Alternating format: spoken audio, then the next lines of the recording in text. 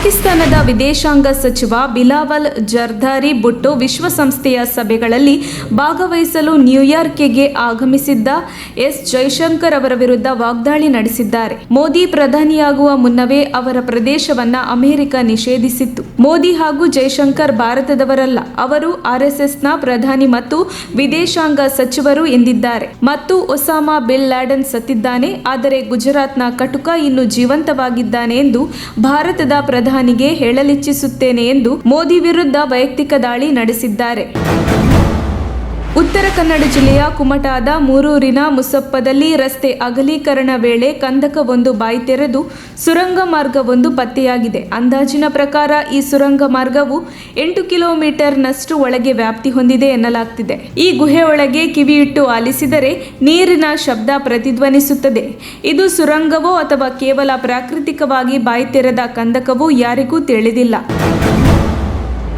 ದಕ್ಷಿಣ ಕನ್ನಡ ಜಿಲ್ಲೆಯ ಬಂಟ್ವಾಳದ ದಾಸಕೋಡಿಯಲ್ಲಿ ಬಸ್ ತಡೆದು ಹಿಂದೂ ಯುವತಿ ಮತ್ತು ಮುಸ್ಲಿಂ ಯುವಕನನ್ನು ವಿಚಾರಣೆ ನಡೆಸುತ್ತಿರುವ ವಿಡಿಯೋ ಸೋಷಿಯಲ್ ಮೀಡಿಯಾಗಳಲ್ಲಿ ಹರಿದಾಡುತ್ತಿದೆ. ಇಬ್ಬರು ಒಂದೇ ಕಾಲೇಜಿನ ವಿದ್ಯಾರ್ಥಿಗಳಾಗಿದ್ದು ಸರ್ಟಿಫಿಕೇಟ್ ತರಲು ಜೊತೆಯಾಗಿ ಬೆಂಗಳೂರಿಗೆ ತೆರಳುತ್ತಿದ್ದರು ಎಂದು ವರದಿಯಾಗಿದೆ. ಬಸ್ನಲ್ಲಿ ತೆರಳುತ್ತಿರುವ ವಿಷಯ ತಿಳಿದು ಹಿಂದೂ ಸಂಘಟನೆಗಳು ಬಸ್ ತಡೆದು ಇಬ್ಬರನ್ನು ಕೆಳಗಿಳಿಸಿದ್ದಾರೆ. ಇದರಿಂದ ಕೋಪಗೊಂಡ ವಿದ್ಯಾರ್ಥಿಗಳು ನಮ್ಮನ್ನು ಪ್ರಶ್ನಿಸಲು ನೀವ್ಯಾರು ಎಂದು ಪ್ರಶ್ನೆ ಮಾಡಿದ್ದಾರೆ. ಇದಾದ ಬಳಿಕ ಹಿಂದೂ ಸಂಘಟನೆಯ ಕಾರ್ಯಕರ್ತರು ಇಬ್ಬರನ್ನ ಬಂಟ್ವಾಳ ನಗರ ಪೊಲೀಸ್ ಠಾಣೆಗೆ ಕರೆದುಕೊಂಡು ಹೋಗಿದ್ದಾರೆ. ಘಟನೆಯ ಬಗ್ಗೆ ಪೊಲೀಸರು ಸ್ವಯಂ ಪ್ರೇರಿತ ಪ್ರಕರಣ ದಾಖಲಿಸಿಕೊಂಡು ತನಿಖೆ ನಡೆಸುತ್ತಿದ್ದಾರೆ.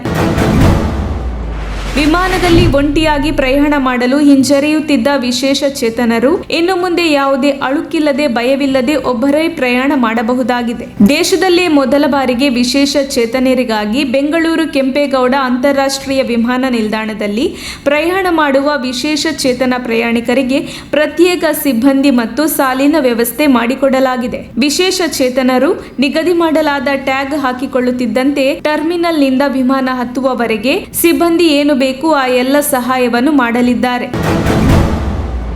ಚಿಕ್ಕಮಗಳೂರಿನ ಸರ್ಕಾರಿ ಹಾಸ್ಟೆಲ್ನಲ್ಲಿ ಯುವತಿಯೊಬ್ಬಳು ತಾನು ಗರ್ಭಿಣಿಯಾಗಿರುವ ವಿಚಾರ ಮುಚ್ಚಿಟ್ಟು ಇದೀಗ ಮಗುವಿಗೆ ಹಾಸ್ಟೆಲ್ನಲ್ಲೇ ಜನ್ಮ ನೀಡಿದ್ದಾಳೆ. ಯುವತಿ ಗರ್ಭಿಣಿಯಾಗಿರುವ ಬಗ್ಗೆ 9 ತಿಂಗಳು ಪ್ರಿನ್ಸಿಪಾಲ್, ವಾರ್ಡನ್, ಸಹಪಾಠಿಗಳು, ಅಡುಗೆಯವರು ಯಾರಿಗೂ ಗೊತ್ತಾಗಿಲ್ವಾ ಎಂದು ದಲಿತ ಸಂಘಟನೆಗಳು ಪ್ರಶ್ನಿಸಿದ್ದಾರೆ. ಈ ಸಂಬಂಧ ವಾರ್ಡನ್ ಅನ್ನು ವಜಾಗೊಳಿಸುವಂತೆ ಸಂಘಟನೆಗಳು ಆಗ್ರಹಿಸಿದೆ. ಹಾಸ್ಟೆಲ್ನಲ್ಲಿ ಇದ್ದುಕೊಂಡು ದ್ವಿತೀಯ ಪಿಯುಸಿನಲ್ಲಿ ಓದುತ್ತಿದ್ದ ವಿದ್ಯಾರ್ಥಿನಿಗೆ ಹೆರಿಗೆಯಾಗಿದೆ. ಆದರೆ ಈ ವಿಚಾರವನ್ನ ಹೊರಬರಲು ಬಿಡದೆ ಜಿಲ್ಲಾ ಸಮಾಜ ಕಲ್ಯಾಣ ಇಲಾಖೆ ಅಧಿಕಾರಿ ಹಾಸ್ಟೆಲ್ ವಾರ್ಡನ್ ಮುಚ್ಚಿ ಹಾಕಿದ್ದಾರೆ ಎಂದು ಆರೋಪಿಸಿದ್ದಾರೆ. ಉತ್ತರ ಕರ್ನಾಟಕ ಪ್ರತ್ಯೇಕ ರಾಜ್ಯವಾದರೆ ಅದಕ್ಕೆ ವಿಜಯನಗರ ರಾಜಧಾನಿಯಾಗುತ್ತೆ ಎಂದು ಪ್ರವಾಸೋದ್ಯಮ ಸಚಿವ ಆನಂದ್ ಸಿಂಗ್ ಹೇಳಿಕೆ ನೀಡಿದ್ದಾರೆ. ಬಿಜೆಪಿ ಕಚೇರಿ ಶಂಕುಸ್ಥಾಪನೆ ಕಾರ್ಯಕ್ರಮದಲ್ಲಿ ಮಾತನಾಡಿದ ಆನಂದ್ ಸಿಂಗ್, ಜಿಲ್ಲಾ ಕೇಂದ್ರದಲ್ಲಿ 1/2 ಎಕರೆ ಪ್ರದೇಶದಲ್ಲಿ ಜಿಲ್ಲಾ ಕಚೇರಿ ಕಾಮಗಾರಿ ಆರಂಭವಾಗಿದೆ. ವಿಜಯನಗರ ಸಾಮ್ರಾಜ್ಯ ನೆಲದ ಗುಣವೇ ವಿಶೇಷ. ಆದ್ದರಿಂದ ಉತ್ತರ ಕರ್ನಾಟಕ ಪ್ರತ್ಯೇಕ ರಾಜ್ಯವಾದರೆ ನೂತನ ವಿಜಯನಗರ ಜಿಲ್ಲೆ ರಾಜಧಾನಿಯಾಗುವ ಸಾಧ್ಯತೆ ಇದೆ ಎಂದಿದ್ದಾರೆ. ಇಎಂಐ ಕಟ್ಟು ಎಂದು ಹೇಳಿದ ಫೈನಾನ್ಸ್ ಕಂಪನಿಯ 2 ಉದ್ಯೋಗಿಗಳ ಮೇಲೆ ವ್ಯಕ್ತಿಯೊಬ್ಬ ಬಿಸಿ ಎಣ್ಣೆಯನ್ನು ಎರಚಿ ಪರಾರಿಯಾಗಿರುವ ಘಟನೆ ರಾಜಸ್ಥಾನದ ಜುಂಜುನು ಎಂಬಲ್ಲಿ ನಡೆದಿದೆ. ದಾಳಿಗೊಳಗಾದ 2 ಉದ್ಯೋಗಿಗಳಿಗೆ ಸುಟ್ಟ ಗಾಯಗಳಾಗಿದ್ದು ಆಸ್ಪತ್ರೆಗೆ ದಾಖಲಾಗಿದ್ದಾರೆ. ಆರೋಪಿ ವ್ಯಕ್ತಿ ಸುರೇಂದ್ರ ಸ್ವಾಮಿ ಫೈನಾನ್ಸ್ ಕಂಪನಿಯಲ್ಲಿ ವೈಯಕ್ತಿಕ ಸಾಲ ಪಡೆದಿದ್ದ.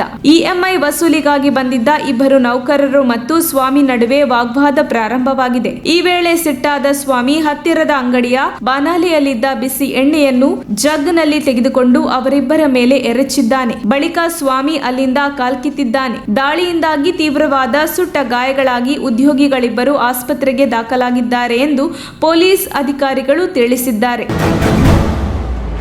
ಚಿಕ್ಕಮಗಳೂರಿನ ದತ್ತ ಜಯಂತಿಯಂದು ದತ್ತಪೀಠ ಮಾರ್ಗದಲ್ಲಿ ಮೊಳೆ ಹಾಕಿ ದುಷ್ಕೃತ್ಯ ನಡೆಸಲು ಹುನ್ನಾರ ನಡೆಸಿದ್ದ 2 ಆರೋಪಿಗಳನ್ನ ಗ್ರಾಮಾಂತರ ಪೊಲೀಸರು ಬಂಧಿಸಿದ್ದಾರೆ. ಬಂಧಿತರು ಚಿಕ್ಕಮಗಳೂರಿನ ದುಬೈ ನಗರ ನಿವಾಸಿಗಳಾದ ಮೊಹಮ್ಮದ್ ಶಹಬಾಜ್ ಹಾಗೂ ವಾಹಿದ್ ಹುಸೇನ್ ಎಂದು ಗುರುತಿಸಲಾಗಿದೆ. ಡಿಸೆಂಬರ್ 6ರಂದು ಕಿಡಿಗೇಡಿಗಳು ದತ್ತಪೀಠದ ಮಾರ್ಗದಲ್ಲಿ ಸುಮಾರು 2 ಕಿಲೋಮೀಟರ್ ಸಣ್ಣ ಮೊಳೆ ಚೆಲ್ಲಿದ್ದರು. ಇದರಿಂದ ಪೊಲೀಸ್ ಸೇರಿದಂತೆ 4-5 ವಾಹನಗಳು ಮಾರ್ಗ ಮಧ್ಯೆಯೇ ಪಂಚರ್ ಆಗಿದ್ದವು. ಕೂಡಲೇ ಪೊಲೀಸರು ಮೊಳೆ ತೆಗೆದು ಸರಾಗ ಕಾರ್ಯಕ್ರಮಕ್ಕೆ ಅವಕಾಶ ಮಾಡಿಕೊಟ್ಟಿದ್ದರು. ಮಧ್ಯಪ್ರದೇಶದ ಗ್ವಾಲಿಯರ್ ಜಿಲ್ಲೆಯಲ್ಲಿ ಮಹಿಳೆಯೊಬ್ಬರು 4 ಕಾಲುಗಳಿರುವ ಹೆಣ್ಣು ಮಗುವಿಗೆ ಜನ್ಮ ನೀಡಿದ್ದಾರೆ. ಸಿಕಂದರ್ ಕಂಪು ಪ್ರದೇಶದ ಆರತಿ ಕುಶ್ವಾಹಾ ಅವರು ಕಮಲರಾಜ ಆಸ್ಪತ್ರೆಯ ಮಹಿಳಾ ಮತ್ತು ಮಕ್ಕಳ ವಿಭಾಗದಲ್ಲಿ ಮಗುವಿಗೆ ಜನ್ಮ ನೀಡಿದ್ದಾರೆ. ಮಗು ಆರೋಗ್ಯವಾಗಿದೆ ಎಂದು ವೈದ್ಯರು ತಿಳಿಸಿದ್ದಾರೆ. ಹೆಣ್ಣು ಮಗುವಿನ ತೂಕ 2.3 kg ಇದೆ. ಗ್ವಾಲಿಯರ್ನ ಜಯರೋಗ ಆಸ್ಪತ್ರೆಯ ಅಧೀಕ್ಷಕರೊಂದಿಗೆ ವೈದ್ಯರ ತಂಡವು ಶಿಶುವನ್ನು ಪರೀಕ್ಷೆಗೊಳಪಡಿಸಿದ್ದಾರೆ.